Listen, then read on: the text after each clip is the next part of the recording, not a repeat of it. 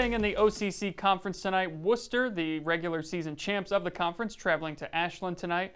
And much like Worcester's done all year, it's been close, but they find a way to win. Dee Harris, you were at the game tonight, and the Generals got it done again. Well, it was my first time seeing the Worcester Generals tonight, and this was another, I guess you would call it a Friday night smackdown of sorts, you know? Yes. The Worcester Generals came in, and we see why they're the OCC champs, because, wow, we got to go to the footage, man. We do. I'm intrigued now with this talk of SmackDown. Well, Coach Michael Snowberger's Worcester Generals came to Ashland, got to an immediate hot start off of back-to-back fast break buckets from Reese Mitchell, who finished with 11 points.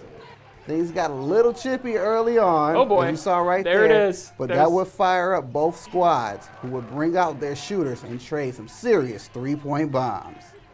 After a Mitchell Heilman basket for the Ashland Arrows, Worcester would take a 28-37 lead as we would go into halftime, as the Generals, Ezra McKee, would turn it on and work from multiple parts of the floor, man.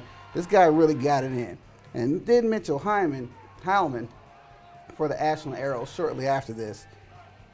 He and Dylan Crudy would try to stop the bleeding as they would bring the score within 5. And then after a bully ball basket from Heilman, the momentum would shift a bit. However, unfortunately for the Ashland Arrows, at the game's conclusion, a 22-point affair for Worcester's Ezra McKee and a lack of execution on the Arrows' behalf in the final moments would give Worcester a 67-61 victory over Ashland. Ezra McKee, I feel like he's been there forever. I feel like we always talk about him, and it just seems like he's been there for quite a few years now. 22 points tonight, though, from him. Worcester continues to find ways to win. What did you like about him?